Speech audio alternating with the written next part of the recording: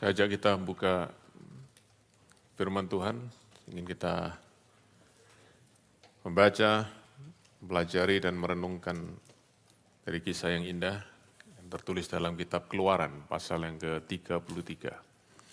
Kita akan baca ayat pertama sampai dengan 11. Hari ini saya beri tema firman Tuhan yang saya bagikan kepada saudara, menghargai kehadiran Tuhan, menghargai hadirat Tuhan, valuing God's presence, prosperity or intimacy, kemakmuran atau kedekatan. Saudara, sebagai jemaat dari gereja Pentakosta, Karismatik, tentu kata hadirat Tuhan itu sesuatu yang kita sudah sering dengar, hampir selalu diucapkan di dalam setiap ibadah.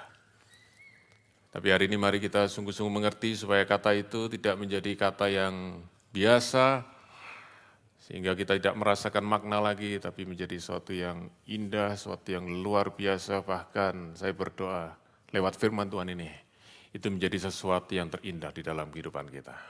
Mari kita baca sama-sama, Keluaran 33, ayat yang pertama sampai dengan 11.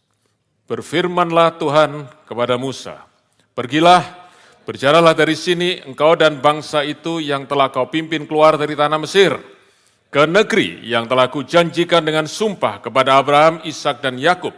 Demikian, kepada keturunanmu lah akan kuberikan negeri itu. Aku akan mengutus seorang malaikat berjalan di depanmu, dan akan menghalau orang Kanaan, orang Amori, orang Het, orang Feris, orang Hewi, dan orang Yebus, yakni ke suatu negeri yang berlimpah-limpah susu dan madu. Sebab aku tidak akan berjalan tengah-tengahmu, karena engkau ini bangsa yang tegar tengkuk, supaya aku jangan membinasakan engkau di jalan.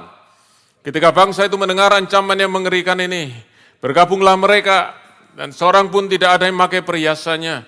Berfirman oleh Tuhan kepada Musa, katakanlah kepada orang Israel, kamu ini bangsa yang tegar tengkuk, jika aku berjalan tengah-tengahmu, sesaat pun tentulah aku akan membinasakan engkau. Oleh sebab itu, tanggalkanlah perhiasanmu, maka aku akan melihat apa yang akan kulakukan kepadamu. Demikianlah orang Israel tidak memakai perhiasan-perhiasan lagi sejak dari Gunung Horeb.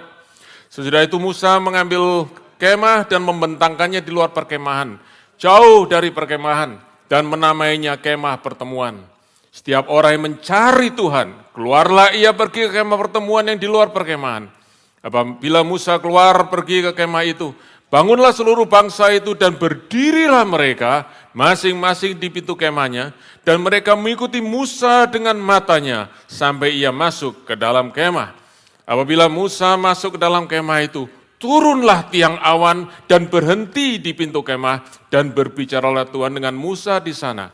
Setelah seluruh bangsa itu melihat bahwa tiang awan berhenti di pintu kemah, maka mereka bangun dan sujud menyembah masing-masing di pintu kemahnya. Dan Tuhan berbicara kepada Musa dengan berhadapan muka seperti seorang berbicara kepada temannya. Kemudian kembalilah ia perkemahan, tetapi abdinya Yosua bin Nun, seorang yang masih muda, tidaklah meninggalkan kemah itu. Amin, demikian firman Tuhan. Saudara-saudara, untuk kita bisa mengerti kisah di dalam Keluaran pasal 33 ini, maka kita harus mengerti lebih dulu Keluaran pasal 32. Sebab di situ ada satu peristiwa yang sangat penting, satu tragedi yang sangat-sangat penting yang melanda orang Israel. Nah, kalau saudara flip sebentar Alkitab saudara pasal 32, yang Alkitab bahasa Indonesia, saudara pasti mendapatkan judul ini, yaitu Anak Lembu Emas. Saudara tahu di dalam kisah di pasal 32 itu, waktu orang Israel menunggu Musa di kaki Gunung Sinai. Musa naik menghadap Tuhan dan awan menutupi dia sehingga orang Israel tidak bisa lihat Musa itu ada di mana dan apa yang dia lakukan di sana. Jadi orang Israel menunggu di bawah di kaki gunung itu 1 hari, 2 hari, 3 hari, 1 minggu, 2 minggu, 3 minggu. Saudaraku, Musa belum balik juga dan mereka mulai nggak sabar. Apa yang mereka lakukan, saudaraku? Nah, di bawah itu mereka berkata kepada Harun, mari buatlah untuk kami Allah yang akan berjalan di depan kami. Sebab Musa ini Orang yang telah memimpin kami keluar dari tanah Mesir, kami tidak tahu apa yang terjadi dengan dia. Saudara, ini sesuatu hal yang penting, ya, satu hal yang kita mesti pelajari sungguh-sungguh, yang mungkin kita nggak sadar, tapi saya ingin beritahu kebenaran ini kepada saudara semua. Dengar baik-baik. Orang Israel minta dibuatkan Allah. Oke?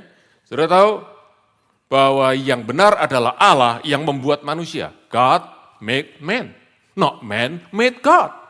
Tetapi saudaraku mereka minta itu, dan apa artinya saudaraku? Mereka pasti minta, kalau saudara minta sesuatu, dengar baik-baik, kalau saudara minta sesuatu, apakah saudara akan minta sesuatu yang menurut atau sesuai dengan keinginan saudara, atau berlawanan keinginan saudara? Yang pertama atau yang kedua? Pasti yang pertama, saudara tidak akan minta sesuatu yang berlawanan dengan keinginan saudara, yang tidak cocok dengan saudara, betul? Betul? Nah berarti kalau orang Israel minta Allah, minta dibuatkan Allah, pasti mereka ingin Allah yang cocok dengan keinginan mereka. So this is the problem. Maka singkat cerita saudaraku, Harun membuat itu namanya patung anak lembu emas. Dan waktu orang Israel melihat patung anak lembu emas itu, mereka langsung berkata, ini Allah yang memimpin kita keluar dari Mesir. Ini Allah yang akan memimpin kita. Dan saudara tahu, mereka melakukan dosa yang sangat besar. Sebab saudaraku belum lama, baru beberapa hari sebelumnya. Oke? Mereka baru saja menerima perintah daripada Tuhan yang kita sering sebut 10 perintah Allah. Yang Tuhan sendiri saudaraku pada waktu itu lagi tulis di atas 2 loh batu dengan jarinya sendiri yang Tuhan akan berikan kepada Musa. Dan perintah yang pertama berkata apa? Jangan ada padamu Allah lain di hadapanku. Perintah yang kedua berkata apa? Jangan kau membuat bagimu patung atau apapun menyerupai dengan itu dan jangan kau sujud menyembah kepadanya. Dan 2 perintah pertama itu dari 10 perintah itu sudah dilanggar oleh orang Israel. Apa yang terjadi saudaraku? Tuhan melihat perbuatan mereka. Dan di puncak gunung Sinai itu Tuhan berkata kepada Musa, orang Israel sudah berbuat dosa. Musa langsung disuruh turun oleh Tuhan. Dan waktu dia turun, saudaraku, dia melihat orang Israel lagi berpesta pora. Lagi, saudaraku, merayakan, saudaraku, mereka lagi menyembah patung anak lembu emas itu dengan pesta pora. Dan saudara-saudara, itu adalah gaya penyembahan berhala bangsa-bangsa lain. Kalau mereka menyembah, saudaraku, mereka melakukan dengan segala sesuatu, melampiaskan nafsu mereka. Saudaraku, bangsa-bangsa pada waktu itu. Dan Musa begitu marah, dia lemparkan saudaraku 2 loh batu itu, dia lemparkan ke patung itu. Patungnya hancur. Kemudian saudaraku, itu pecahan dari patung itu disuruh giling jadi debu. Lalu saudaraku ditaruh di air dan orang Israel suruh minum air itu. Tapi bukan hanya itu.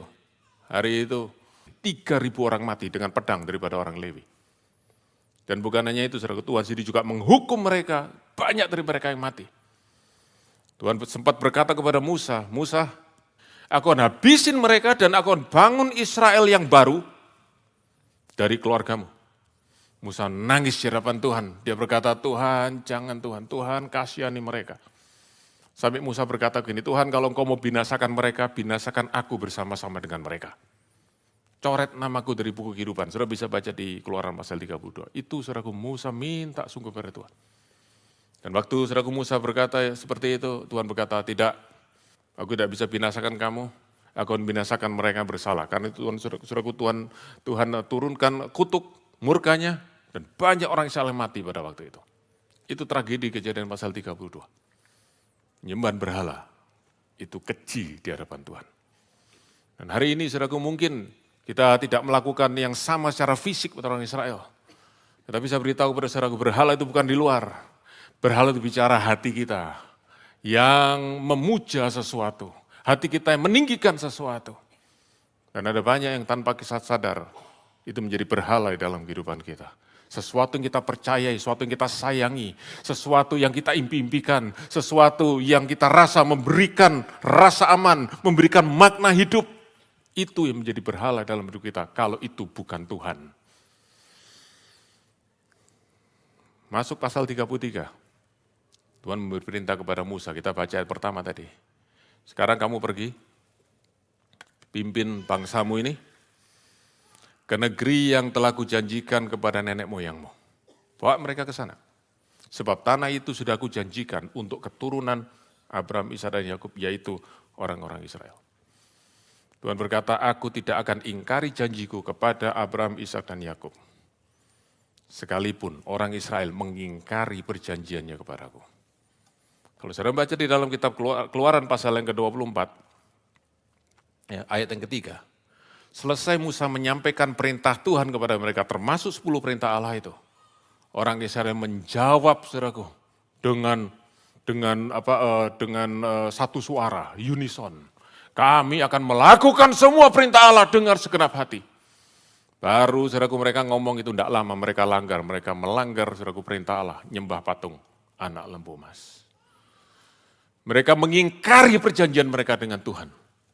Tetapi Tuhan tidak pernah mengingkari perjanjiannya. Itu Tuhan kita. Lalu yang kedua, saudaraku, dikatakan apa? Aku akan mengutus malaikatku di depan kau. Dan malaikat itu nanti yang akan mengusir penduduk Kanaan, mengusir bangsa-bangsa yang ada di situ, sehingga engkau bisa mendiami tanah perjanjian itu. Apa yang Tuhan janjikan, saudaraku? Kemenangan. Apa yang Tuhan janjikan, saudaraku? Perlindungan. Apa yang Tuhan janjikan? Keberhasilan. Tuhan berkata, kamu pasti bisa masuk ke tanah itu. Kamu pasti bisa kuasai tanah itu. Sebab apa? Bukan karena kau hebat, tapi karena aku sudah janji itu kepada nenek moyangmu. Dan bukan hanya itu, ayat ketiga, saudaraku, lihat. Tanah itu berlimpah dengan susu dan madu. Saya tentu tahu, ini bahasa figuratif. Bukan berarti tanah perjanjian, tanah Kanaan itu isinya hanya lembu dan lebah. Saudaraku ya, susu dan madu. Saudaraku, tapi ini bahasa figuratif artinya begitu makmur, begitu berlimpah. Tuhan menjanjikan berkat yang berlimpah. Tuhan menjanjikan, saudaraku, ini, dengar baik-baik. Tuhan menjanjikan prosperity kepada bangsa Israel. Nah tetapi kemudian ada satu kalimat lagi di dalam ayat yang keempat. Ayat yang ketiga bagian terakhir, saudara-saudara. Nah sayang sekali saya tidak tahu kenapa Alkitab bahasa Indonesia pakai kata sebab. Saudara lihat ya kalimat berikutnya, sebab aku tidak akan lagi. Kalau bahasa Inggris, saudara Alkitab bahasa Inggris tidak pakai kata because atau since. Tapi pakai kata apa? Tetapi, but. Artinya ada satu kontras. Artinya saudaraku, Tuhan berkata, ini berkatku untuk kamu semua. Semua berkat di dunia ini aku kasih. Satu yang tidak kasih, yaitu aku tidak akan di tengah-tengah kamu lagi. Aku tidak akan lagi hadir tengah-tengahmu. Dengan kata lain, aku akan menarik hadiratku dari tengah-tengahmu. Semua berkat aku kasih, kecuali satu. Hadiratku, aku tidak akan kasih. Saudara, Tuhan berkata seperti ini sebab apa? Dia berkata dua hal. Nomor satu, sebab kalau aku tetap ada di tengah-tengahmu, kamu ini orang-orang berdosa, aku akan hanguskan kamu. Kalau hadiratku benar di antara kamu, ingat, aku ini Allah yang kudus. Saudara baca di dalam kitab Ibrani dikatakan, saudaraku, mari kita tidak mempermainkan Allah sebab Allah adalah api yang menghanguskan. Our God is consuming fire. Artinya saudaraku, dia tidak bisa membiarkan dosa, dia akan menghanguskan dosa. Dia akan melenyapkan dosa. Dan kalau dosa dilenyapkan, orang berdosa lenyap. Saudaraku, Tuhan berkata, aku akan lenyapkan kamu sebab kamu ini orang berdosa. Nah, yang kedua adalah sebab kamu ini bangsa yang tegar tengkuk. Kata tegar tengkuk itu diambil dari ilustrasi lembu, oxen, ya, yang dipakai untuk membajak, lalu ditaruh yoke, bajaknya di atas leher daripada lembu itu. Saudara bisa bayangkan ya. Nah, harusnya apa? Lembu itu nurut kepada farmer, petani yang mengendalikan bajak itu untuk membajak sawah atau ladang itu. Tapi ada lembu-lembu yang tegar tengkuk istilahnya, mereka nggak mau nurut, mereka mau jalan sendiri. Dan itu adalah gambaran saudaraku, orang-orang yang stubborn, orang-orang yang mengeraskan hati, orang-orang yang cuma mau nuruti keinginan sendiri, tidak mau nurut dengan Tuhan. Karena itu aku akan tarik hadiratku. Aku tidak akan lagi hadir tengah-tengah kamu. Saudara ngerti? Saudara harusnya tanya, sebentar, bukankah Allah itu maha hadir? Kalau Allah itu maha hadir gimana? Kok dia bisa tidak hadir? Tidak mungkin. God is omnipresent. Karena tidak mungkin dia tidak hadir. Now, this is very important. Saudara, sebagai orang yang besar di gereja Pentakosta, gereja karismatik, saudaraku, kata hadirat Tuhan itu suatu yang sudah begitu familiar dalam diri saya.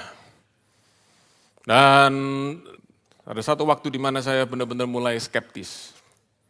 Karena saya begitu melihat, saudaraku, banyak yang namanya, saudaraku, ini loh ada hadirat Tuhan itu sebenarnya tidak lain adalah sesuatu yang di-manufacture, sesuatu yang dibuat, permainan emosi. Dengan musik yang dikeraskan, saudaraku, dengan semacam-macam. Saya mulai berkata, ngapain kita undang-undang hadirat Tuhan? Tuhan kan sudah ada di sini. God is omnipresent. Saya mulai pakai teologi itu. Dan saya beritahu saudara, tidak salah. God is omnipresent. Dan hari ini pun God is omnipresent in this place.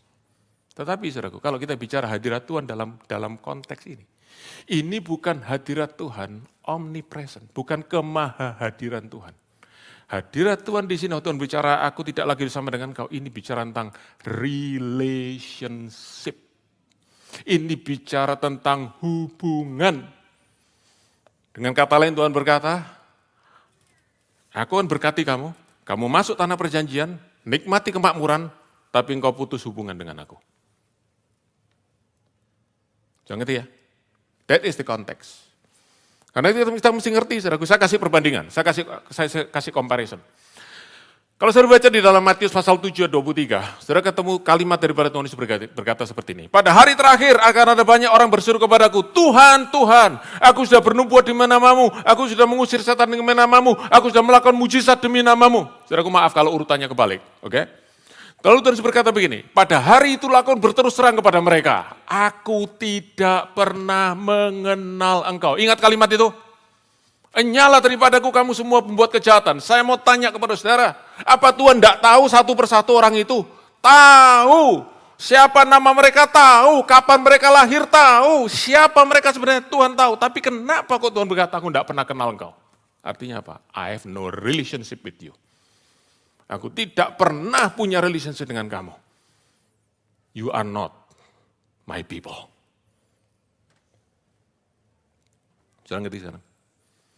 God's presence here is about relationship with God, not about omnipresence. Dan untuk itu, saudara perhatikan.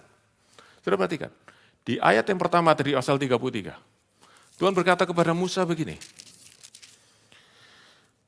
pergilah berjalanlah dari sini engkau dan bangsa itu yang telah kau pimpin. Dengan kata lain Tuhan berkata kepada Musa, bangsa Israel itu bangsamu. That is your people. Oke?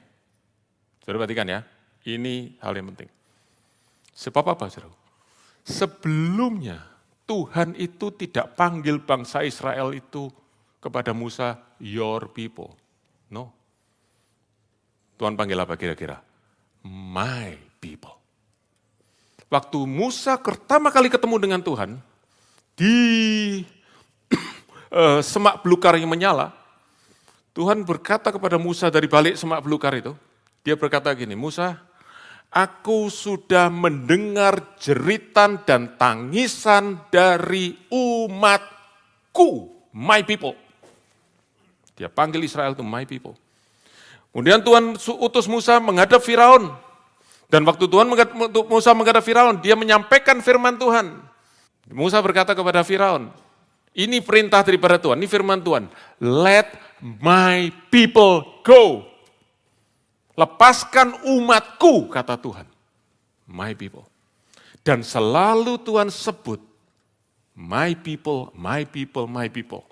Kapan Tuhan tiba-tiba ganti your people? Kapan tiba-tiba Tuhan berkata, they are not my people anymore? Di Kejadian pasal 32 ayat 7. Waktu orang Israel mulai menyembah berhala, patung anak lembu emas itu. Dosa itu memisahkan relationship dengan Tuhan. Dosa itu merusak, memutuskan hubungan dengan Tuhan. Saya sampaikan ini saudaraku supaya kita tidak bermain-main dengan dosa. Supaya kita tidak menganggap enteng dosa. Apalagi kalau kita berkata, oh dosa saya sudah ditebus oleh Tuhan Yesus. Itu benar, tetapi bukan berarti lalu kita boleh main-main seenaknya dengan dosa. Dosa membuat hubungan kita, saudaraku, yang harusnya dekat jadi jauh. Dan itulah sebabnya Tuhan berkata, my presence will not be with you because you are not my people anymore.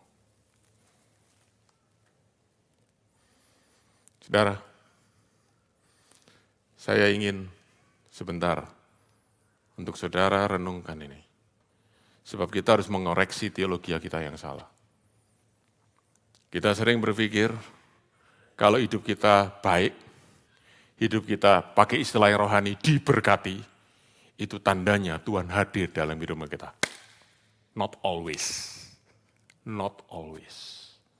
Sebab Tuhan berkata kepada Musa, akan berkati Israel, tapi hadiratku tidak ada atas mereka. Aku tidak punya relationship dengan mereka. Karena itu, saya ingin, saudaraku sebelum lanjut, saya ingin berikan reflection dan application dalam diri kita semua. Saudara, sekali lagi, Tuhan berkata kepada orang Israel, akan berkati kamu berlimpah-limpah, titik, saudara boleh tambahkan.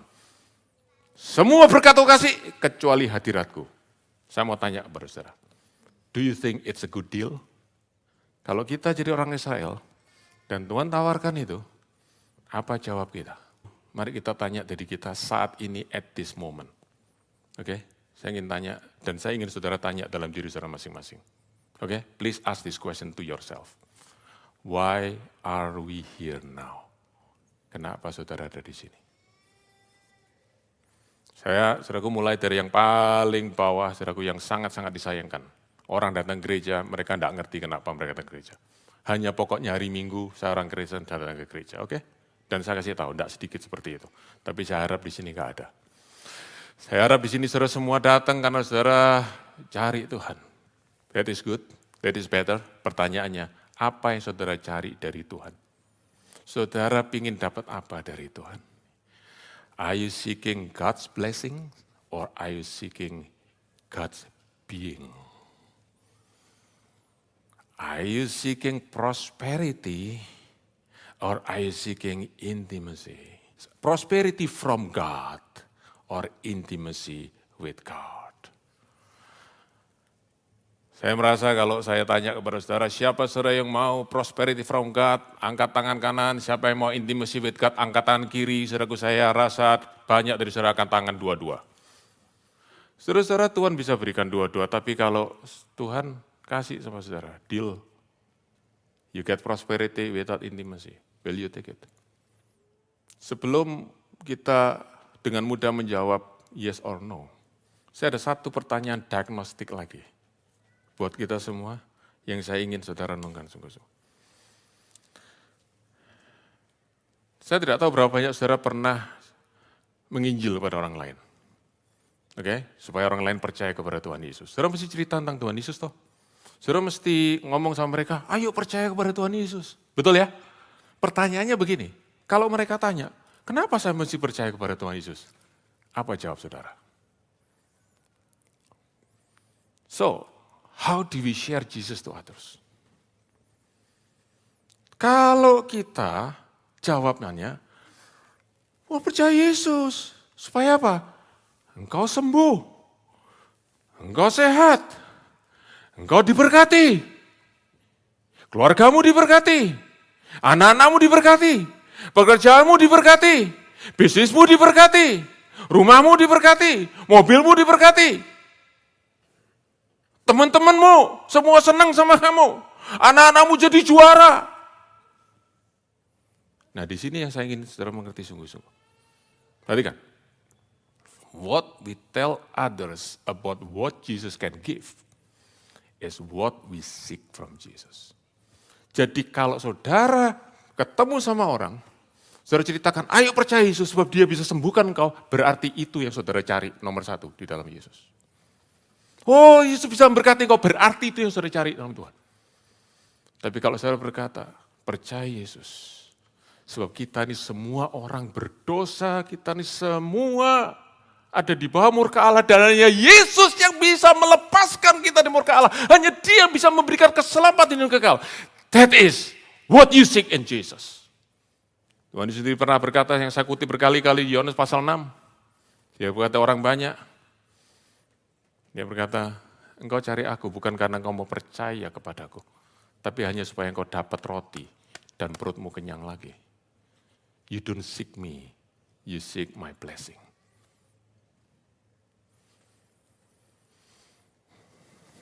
Saudara, this is a very serious thing. Saya ingin katakan sekali lagi. Tuhan bisa memberkati kita dengan semua berkat dalam dunia ini. Tanpa Dia kasih relationship dengan kita. Mungkin saudara pernah dengar orang berkata seperti ini. Hati-hati, jangan dosa ya sama Tuhan. Kalau dosa cepat minta ampun. Kalau enggak, nanti kamu dihukum. Apa dihukum? Ya nanti kamu sakit. Atau nanti kerjaanmu tiba-tiba trouble. Atau nanti kamu ngalami kecelakaan. Atau ngalami nggak enak. Siapa yang pernah? Pernah dengar itu? Pernah ya? Oke. Terus saudara, perhatikan ya. Itu menunjukkan bahwa kalau kita bicara tentang hukuman Allah, itu kita bicara tentang hukuman-hukuman itu. Yang tentu berat, saudaraku. Kalau tiba-tiba mengalami kecelakaan, siapa yang enggak ngeri dengar itu? Tapi itu menunjukkan bahwa kita tidak pernah mengerti apa sebenarnya penghukuman yang paling berat. The most severe punishment from God. Now I want to tell you this from this truth, from this word of God. Listen to this. The most severe punishment from God is when He takes His presence away from us, and that is perishing. Hukuman yang paling berat yang Tuhan kasih sama kita, itu bukan bikin kita sakit, bukan saudaraku bikin kita gagal, bukan saudaraku bikin kita rugi. Yang paling berat adalah kalau Dia ambil hadiratnya dari kita, yang berarti Dia berkata, relationship is cut off. Itu berarti kita binasa. Itu sebabnya, waktu Daud, dia ditegur oleh Nabi Nathan setelah dia jatuh dalam dosa berzina dengan Batsheba. Daud langsung menangis, Daud langsung minta ampun sama Tuhan, dan dari situ dia menulis satu mazmur penyesalan dan pertobatan di Mazmur 51. Dan di mazmur itu bagian tengah, dia naikkan satu permohonan kepada Tuhan. Apa permohonannya? Tuhan, jangan buang aku dari hadirat-Mu. May your presence stay with me. Dengan kata lain, Daud berkata, Tuhan kalau yang lain kau ambil, jabatan kau ambil, kerajaan kau ambil, semua yang lain, kesenangan, harta semua ambil. Take it Lord, satu aja, jangan ambil hadirat-Mu dan roh-Mu daripadaku. Daud tahu, saudaraku. Daud tahu. Semua berkat itu tidak ada artinya dibandingkan dengan hadirat Allah, relationship dengan Tuhan. Bagaimana saudara dan saya? Saudara, hari ini saya ingin paling tidak satu hal, kita belajar untuk mengerti. Kalau bicara tentang hadirat Tuhan, jangan bicara hal yang familiar dan biasa, sebab itu hal yang sangat luar biasa. Nah, apa yang terjadi saudaraku waktu orang Israel dengar ini? Mari kita baca ayat yang ke-4. Dikatakan demikian, ketika bangsa itu mendengar ancaman yang mengerikan ini. Saudara-saudara, ternyata mereka melihat ancaman. Mereka lupa itu berkatnya di depan itu loh. Masuk tanah perjanjian, dilindungi, dikasih kemenangan. Dikasih negeri yang makmur, hidup yang makmur. Lupa semua, yang diingat cuma yang terakhir dok. Yang berarti saudara, one bad news wipe out all the good news. Sebab hadirat Tuhan lebih penting daripada semua yang lain. Karena itu apa yang mereka lakukan? Mereka meratap berkabung. Mereka benar-benar berkata, we are doomed, habis kita, habis, benar-benar habis.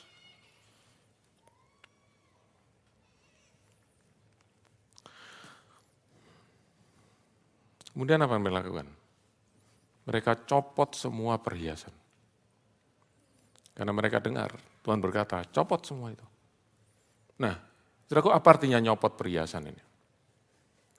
4 hal yang ingin sampaikan saudara. Nomor 1, waktu mereka berkabung, mereka copot semua perhiasannya, saudara. Mereka merendahkan diri di hadapan Tuhan. Setuju? Gampang toh? Perhiasan itu meninggikan diri. Setuju? Enggak setuju ya, enggak. Saya itu pakai perhiasan, tapi saya justru merasa diri saya rendah sekali, saudaraku. Oke, merendahkan diri puncak gunung, saudaraku ya, itu namanya. Saudaraku, untuk apa orang pakai perhiasan? Supaya kelihatan lebih baik. Copot semua, merendahkan diri. Nomor 1. Nomor 2, apa artinya copot perhiasan? Perhiasan itu lambang apa? Prosperity. Orang Israel memilih intimasi dengan Tuhan daripada prosperity. Karena itu kita tidak dapat prosperity, enggak apa-apa. Asal kita dapat intimasi dengan Tuhan. Saudara punya hati yang seperti itu? Nomor 3. Apa artinya saudaraku mereka copot perhiasan? Itu tanda mereka menyesali perbuatan mereka. Perbuatan yang mana disesali hubungannya dengan perhiasan? Saudara-saudara, kalau saudara baca di dalam pasal 32 yang saya tadi cerita tentang patung anak lembu emas, itu benar-benar dari emas loh saudaraku, gold. Dari mana goldnya? Kalau saudara membaca saudaraku di pasal 32 ayat 3 sampai dikatakan gini, orang Israel setelah mereka tuh minta Harun bikinkan Allah, mereka lalu bawa perhiasan mereka kepada Harun. Lalu sama Harun emas itu dilebur jadi patung lembu emas. Sudah tahu ya? Nah, pertanyaannya dari mana orang Israel kok punya begitu banyak emas? Ini ada ceritanya sedikit, sudah boleh tahu. Waktu orang Israel keluar dari Mesir, pada malam mereka keluar dari Mesir, setelah orang Mesir dilanda tulah yang ke-10, anak sulung mati semua. Maka Tuhan kasih perintah sama Musa, waktu kamu keluar nanti, orang Israel semua suruh pergi ke orang Mesir, suruh minta harta dari mereka. Saya rasa saudaraku itu sebagai salah satunya adalah ganti rugi, mereka diperbudak selama ini, suruh kerja paksa, nggak pernah digaji. Sekarang, oke ya, mereka harus bayar ganti rugi. Jadi saudaraku orang Israel waktu mau keluar, sebentar, gitu, kita ketok dulu pintu rumah orang Mesir, tok, dibukain saudaraku. Ya, ada apa? Kami mau minta perhiasan. Saudara bisa bayangkan. Saudara pernah? Ada orang ketok-ketok pintu rumah saudara? Lalu saudara bukain, orang bilang, permisi, ya ada apa? What can I do for you? Can I ask your jewelry? Apa saudara nggak panggil polisi langsung? Tapi saudaraku waktu orang Mesir, dengar orang Israel bilang gitu, oh iya sebentar. Masuk saudaraku kamarnya, ambil semua perhiasannya saudaraku. Mungkin ditaruh tas, mungkin taruh kotak, terserah. Ini bawa semua, bawa. Saudaraku, orang Israel keluar dari Mesir, kaya raya perhiasannya tuh. Orang Surabaya bilang, banyak. Hari itu, mereka dapat perhiasan banyak. Karena Tuhan yang menggerakkan hati orang Mesir untuk kasih sama mereka. Perhiasan itu mereka dapat hanya dari pekerjaan Tuhan. Dan sekarang apa yang mereka dapat dari Tuhan? Mereka kasih untuk berhala. Jahat di mata Tuhan. Saya mau beritahu pada saudara semua dengan baik-baik. Kalau sesuatu yang Tuhan, berkat dari Tuhan. Kalau pekerjaan kita, yang kita dapat dari Tuhan. Semua saudaraku yang kita miliki, uang, semua aset yang kita miliki. Bisnis yang kita miliki, yang datang dari Tuhan. Lalu itu jadi berhala, lalu itu jadi yang terutama dalam diri kita. Dengar baik-baik, waktunya kita cepat-cepat bertobat. Orang Israel copot itu. Mereka berkata, Tuhan ampuni, kami sudah pakai berkat-Mu untuk hal yang salah, yang menyakiti hati Tuhan. Dan mereka bertobat. Bertobatnya apa saudara? Hari itu, sejak hari itu, mereka tidak lagi pakai perhiasan. Artinya ada pertobatan yang permanen. Jadi sejak hari itu perhiasan mereka tidak pakai lagi. Lalu untuk apa?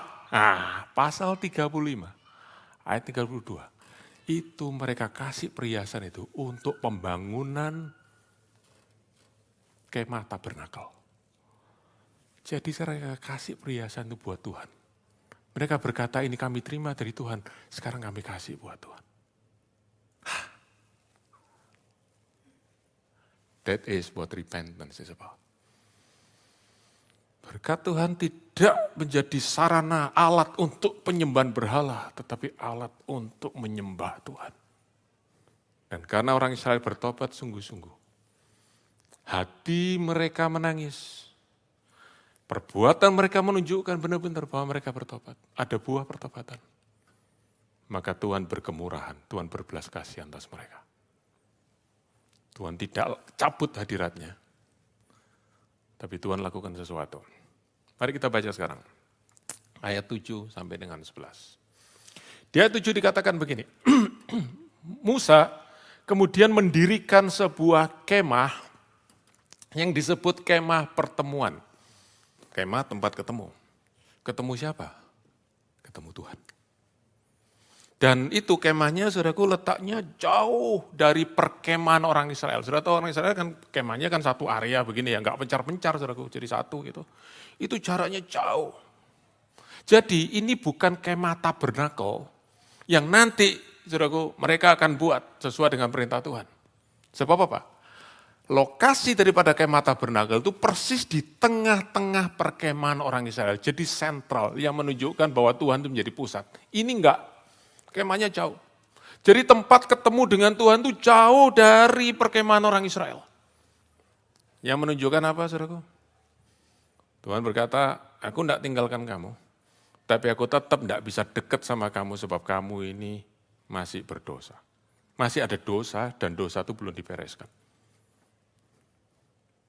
Kamu sudah bertobat, aku tahu, tapi dosa itu belum dibereskan. Saudara ikuti saya benar-benar. You'll get it at the end. Nah, dikatakan saudaraku, tempat ketemuan kenapa? Tempat pertemuan, kemah pertemuan sebab apa? Kalau orang mau cari Tuhan, orang mau ketemu dengan Tuhan, mereka mesti ke tempat itu. Tuhan kasih tempat di situ. Jadi siapa aja mau ketemu Tuhan bisa ke situ. Tetapi kenyataannya, tidak ada yang berani ke situ. Cuman satu orang. Siapa? Musa. Cuman Musa yang berani ke situ, yang lain nonton dari pintu kemahnya masing-masing. Dan mereka lihat Musa ke sana. Kenapa? Mereka semua tahu. Mereka berdosa. Tidak berani ketemu Tuhan. Tuhan itu terlalu kudus. Mereka berkata, enggak berani. Tapi Musa ke sana. Bahkan dia masuk kemah itu.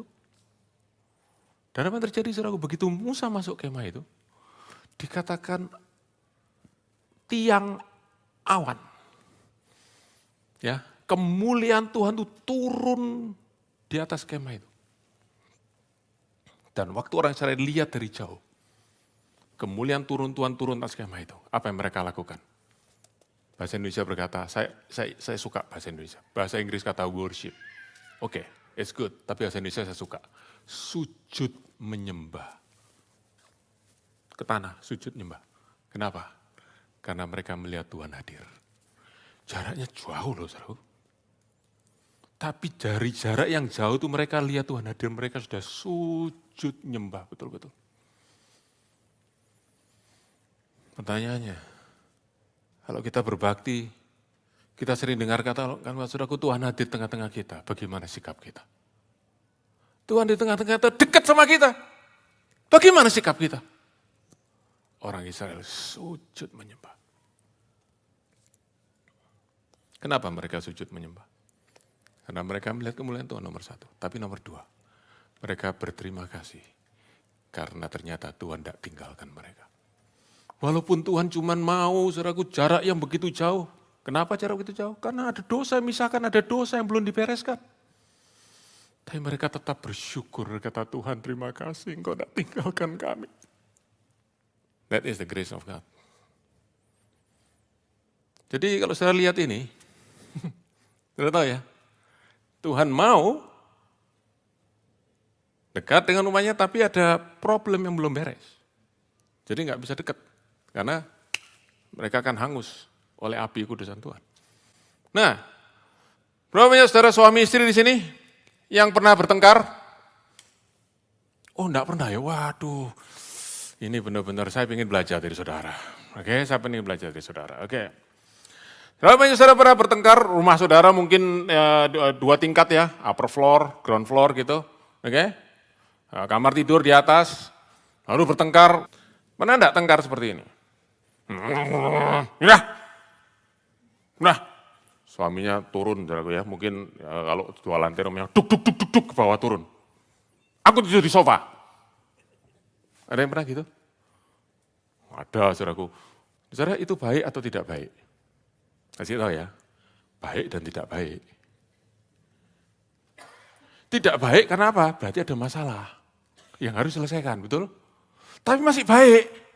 Artinya, saudaraku, dia masih di rumah itu.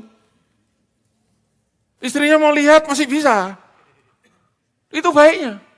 Baik tapi tidak baik. Ini juga kayak gini. Tuhan tidak tinggalkan tapi masih jauh. Sebab ada yang belum di-resolve. Sebab yang Tuhan inginkan. Bukan orang Israel sama Tuhan itu dari jauh. Tapi seperti Musa. Lihat ayat 11. Bercakap-cakap dengan Tuhan muka dengan muka. Seperti seorang teman. Ada friendship. Ada fellowship. Itu yang Tuhan mau. Jadi kemah pertemuan itu bukan yang Tuhan paling inginkan. Tapi ada dosa yang membuat keadaan seperti itu. Saudara. Ada dosa yang memisahkan manusia dengan Tuhan.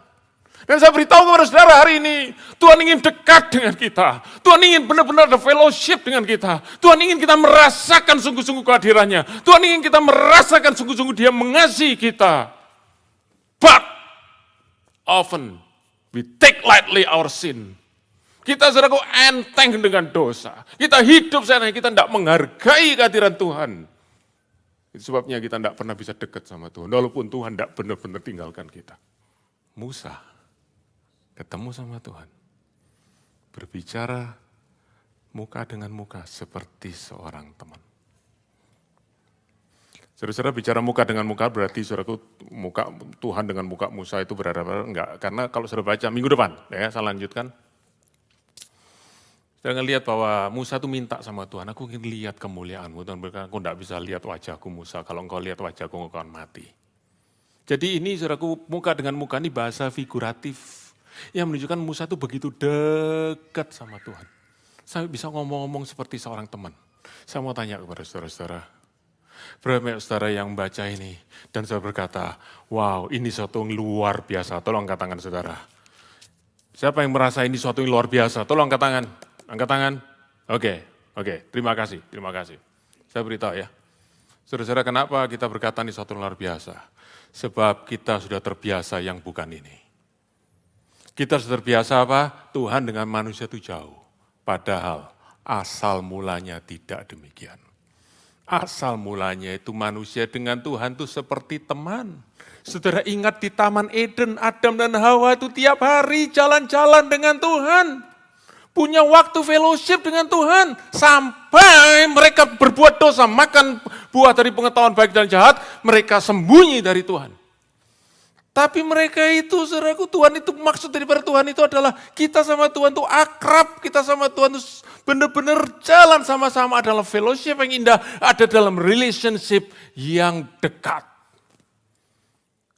Persoalannya kan satu tadi, ada yang tidak beres, ada dosa.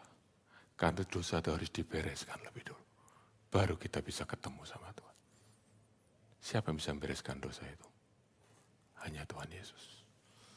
Karena itu saudara-saudara, di Ibrani pasal yang ke-13, ayat yang ke-12 dikatakan begini. Tuhan Yesus, Dia menderita di luar pintu gerbang. Artinya Dia itu terpisah. Dia menanggung perpisahan manusia dengan Allah. Supaya dosa saudara dan saya yang memisahkan kita dengan Allah ditanggungkan di atas Dia.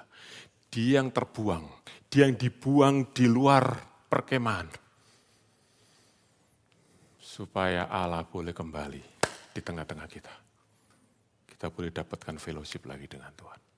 Darah Yesus yang membereskan dosa kita dengan, yang memisahkan kita dengan Tuhan. Kita bisa dekat lagi dengan Tuhan.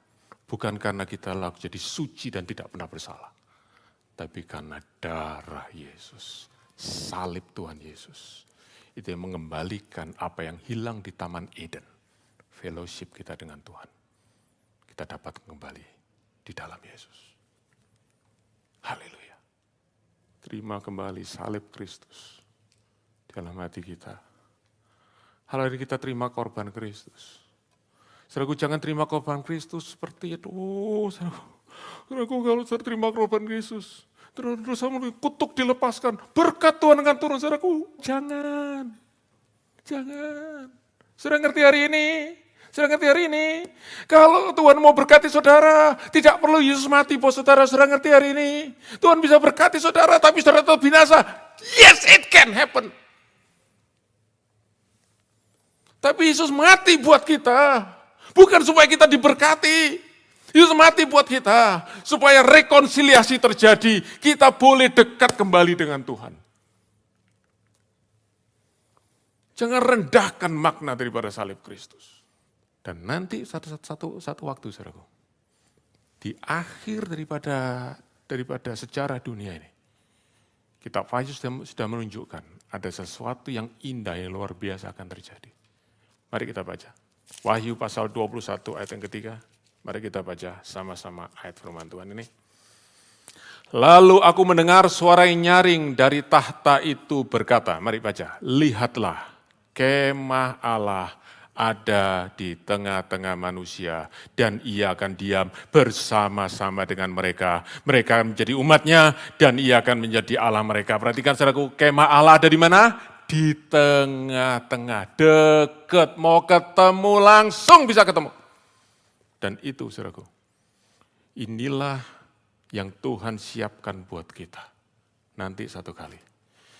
Kita akan ketemu dengan Tuhan muka dengan muka, bukan secara figuratif seperti Musa. Tapi secara real. Kita bisa ketemu dengan Tuhan. Kita bisa ketemu dengan Tuhan Yesus. Bertemu muka dengan muka. Karena kesempurnaan Allah akan Tuhan beri buat kita. Yang terus hidup dalam kehadiran Tuhan sejak saat ini. Saudara-saudara, this is what we look forward. Dan kalau saudara merindukan ini di hari yang akan datang, mulailah hidup dari sekarang, dekat dengan Tuhan. Saya ingin tutup, saudara-saudara, dengan aplikasi nomor 1. Mari kita belajar untuk menghargai kehadiran Tuhan. Perhatikan saudaraku, saya ingin ulangi sekali lagi, hadirat Tuhan ini bukan omnipresent, tapi relationships. Saudaraku, mari hargai relationship dengan Tuhan, lebih daripada semua berkat yang lain, lebih daripada apapun juga. Karena itu kalau saudara mengalami persoalan, saudara mengalami problem, yang rasanya berkat Tuhan itu terhambat, saudara ingat satu hal, engkau sudah terima berkat yang lebih besar, yang terbesar daripada semuanya, yaitu apa? Keselamatan. Relationship dengan Tuhan. Itu yang kekal. Semua berkat yang lain satu kali kita harus tinggalkan. Satu kali kita akan lepaskan. Tapi berkat yang satu ini, kehadiran Allah dalam diri kita. Fellowship kita dengan Tuhan itu sampai pada kekekalan. Yang kedua, mari kita belajar. Untuk kita itu menghargai. Mari kita belajar untuk menyadari kehadiran Tuhan. Dan menghargai, mengejar kehadiran lebih lagi dalam diri kita. Bagaimana saudaraku caranya? Kita terus ingatkan dalam diri kita, Tuhan itu hadir. Tuhan itu hadir. Saudara, semakin kita menyadari kehadiran Tuhan, semakin kita akan mengejar kekudusan. Saya cerita kepada saudara, dengar baik-baik. 1 menit ini saya mau cerita. Ini cerita yang saudara sudah tahu, tapi saya ingin menyadarkan saudara. Saudara tahu Yusuf, anak daripada Yakub, dijual oleh kakaknya, saudaraku, dibeli oleh seorang perwira Mesir namanya Potifar, betul ya? Yusuf di situ, saudaraku, akhirnya dia diangkat jadi manajer rumah itu dan satu kali dia digoda oleh istri Potifar. Diajak tidur dengan dia. Apa jawab Yusuf? Dia berkata gini, aku enggak mau, karena aku enggak mau mengkhianati kepercayaan Tuanku. Dan aku tidak mungkin berdosa kepada Allah. Saudara-saudara, di mana Allah waktu itu? Di mana Allah waktu itu? Istri Potifar tidak akan bisa lihat. Yusuf juga tidak lihat dengan mata kepalanya, mata secara jasmani. Tapi dia menyadari kehadiran Tuhan. Dia menolak dosa. Because he is aware of God's presence. Kejar hadirat Tuhan. Terus di dalam kehidupan kita, saudara-saudara. Lewat apa? Lewat saat saudara berdoa. Lewat saat saudara menyembah. Lewat saat saudara membuka firman Tuhan. Jangan lakukan secara ritual, tapi lakukan itu sebagai sesuatu yang spiritual. Dapatkan kehadiran Tuhan, pengenalan akan Tuhan yang lebih-lebih. Yang berikutnya, mari kita belajar untuk kita prepare hati kita, untuk ketemu dengan Tuhan di dalam kehadirannya. Karena itu saya ingin minta perhatian saudara.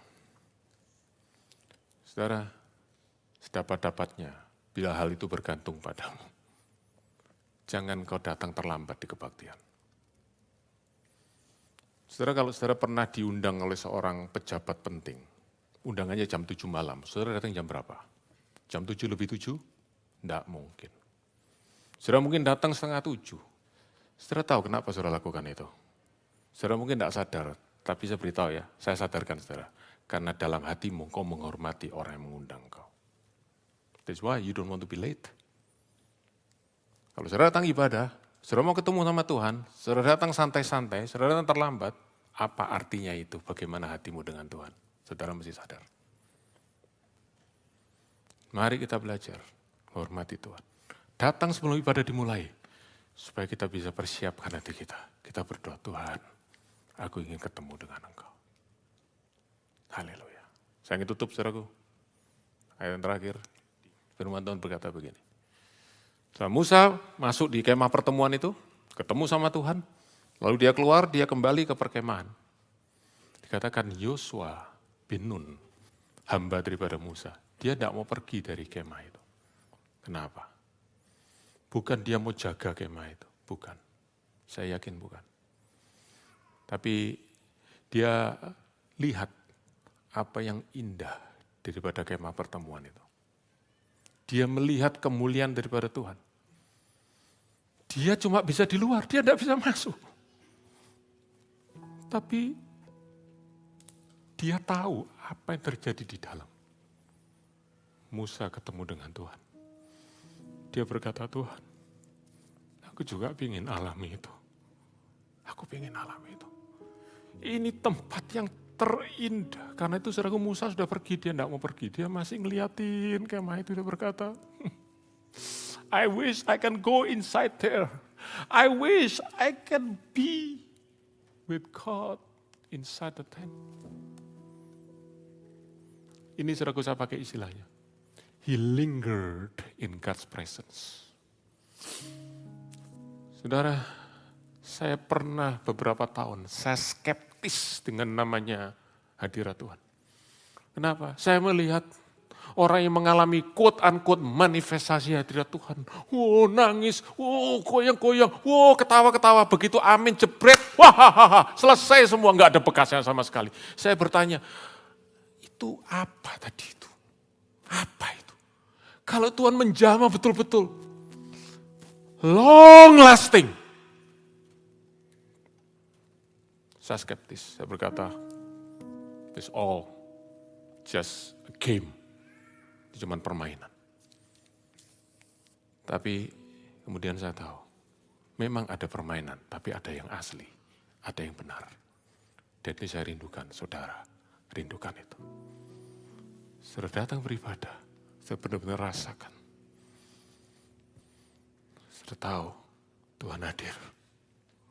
Dan saya berkata, Tuhan, aku enggak mau cepat-cepat keluar dari sini. Seperti Yosua. Aku Aku ingin terus nikmati. Saya berdoa, Tuhan berkati saudara hari ini dengan kerinduan seperti itu. Sebab satu kali Yosua mengalami kehadiran Tuhan. Dia ketemu dengan Tuhan. Tuhan bicara dengan dia. Dimulai dengan hati yang merindukan.